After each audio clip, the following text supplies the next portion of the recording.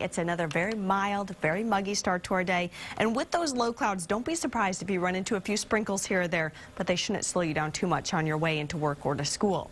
72 in Georgetown, same with Austin, down towards San Marcos, over in Bastrop as well. Low 70s to right around 73 in the Llano area early this morning.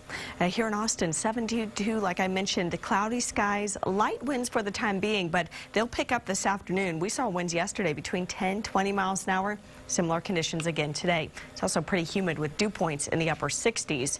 A look at the satellite radar shows yesterday storms developed out over West Texas along a dry line. One held together until it almost made it all the way to the San Antonio region this morning. Even a few showers near the Fredericksburg area. They've tapered off for the time being, but again, with so much moisture, so humid this morning, I wouldn't be surprised if we see a few more sprinkles before the noon hour.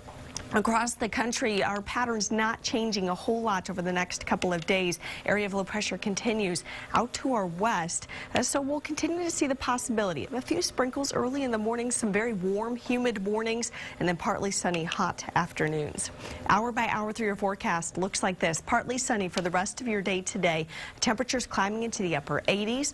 Then overnight tonight, those clouds roll back in, so it's going to be another overcast, muggy start to your Wednesday morning, too.